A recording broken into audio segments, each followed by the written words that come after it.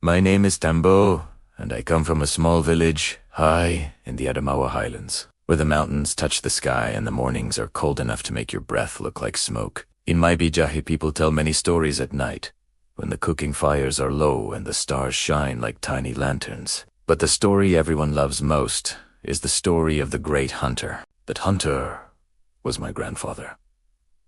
I never met him. He died before I was born, but everyone says I walk like him, quiet and careful, like someone listening to the earth. Grandfather's real name was Musa, but no one called him that. To the people of the highlands, he was the one who walks with the wind.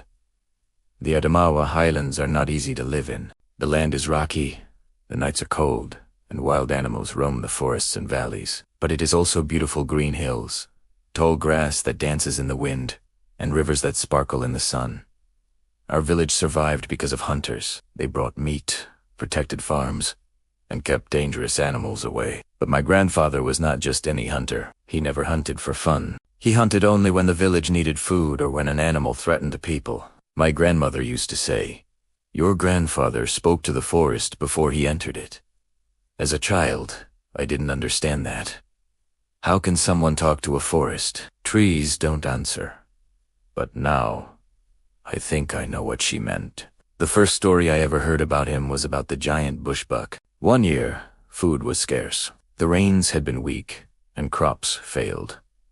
The hunters searched for days, but found nothing. Then one morning, huge hoofprints were found near the river, bigger than any bushbuck anyone had ever seen. The elders said it was a spirit animal. Some hunters were afraid, but my grandfather stood up and said, "If it is an animal, we will eat. If it is a spirit, we will respect it. Either way, we must try." He went alone. For 3 days, he followed the tracks through thick forest and steep hills. He slept on tree branches so wild animals wouldn't reach him. He drank from streams and ate wild berries. On the 4th morning, he found it. The bushbuck was enormous, with horns like curved spears. But instead of shooting right away, grandfather waited.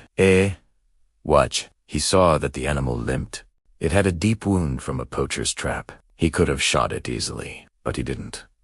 Instead, he followed it slowly, patiently, until it lay down near a stream. Then, he ended its suffering with one clean arrow. When he returned to the village with the meat, he told the people, "We do not celebrate death. We give thanks for life. That feeds life." From then on, people said he was not just a hunter. He was a guardian. The most famous story happened the year a leopard began attacking goats, and then people. Fear spread through the village. Children were not allowed outside after sunset. Fires burned all night. Hunters set traps, but the leopard was too clever. One evening, my grandfather said, "Tonight, I go alone." My grandmother begged him not to. Leopards are silent, fast, and deadly. But he only smiled and touched her shoulder. He took his bow, 3 arrows, and a small drum. Yes, a drum. He walked to the edge of the forest and sat near the goat pens where the leopard had struck before. Then he began to tap the drum softly. Boom, boom, boom. People watching from far away thought he was crazy. Why make noise when hunting? But grandfather once said, a hunter must understand fear. Tonight, the leopard must hear mine and mistake it for weakness. Hours passed. The moon climbed high. Then the bushes moved. The leopard came, low and silent, its eyes glowing in the firelight. It thought an easy meal was waiting. Grandfather kept drumming. His hands did not shake. When the leopard leaped, he stopped the drum, rolled to the side, and released an arrow in one smooth motion. The arrow flew straight. The leopard fell. He used only 1 arrow. After that night, the village slept peacefully again.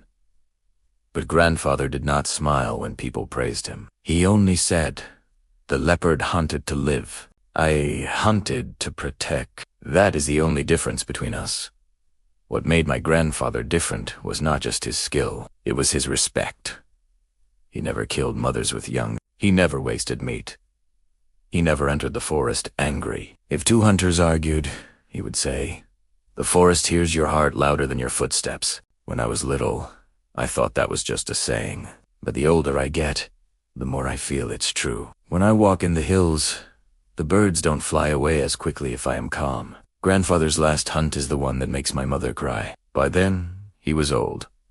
His hair was white, and his hands were not as steady. But one dry season, a wounded buffalo began charging farmers in the fields. You must understand the buffalo is not like an antelope. It is huge, strong, and very dangerous, especially when injured. The young hunters said they would go, but grandfather shook his head.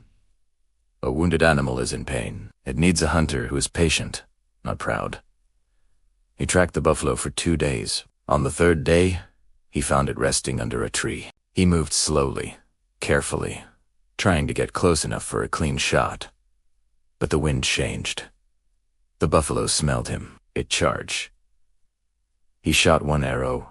It struck, but not deep enough. The buffalo hit him before he could move away. Other hunters, who had followed at a distance, chased the buffalo off and carried grandfather home. He was badly hurt. That night, he called the family close and said, "Do not be angry with the buffalo. Pain makes us all dangerous." Those were his last words. Now, years later, I walk the same hills. I'm learning to be a hunter too, not just with weapons, but with eyes, ears, and heart. I don't want to be famous. I don't want to be feared. I want to be like my grandfather. Someone who understands that humans are only visitors in the forest. Sometimes, when the wind moves through the tall grass, it makes a soft whispering sound.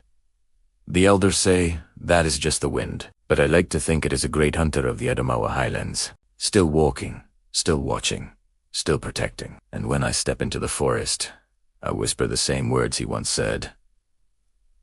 I come with respect.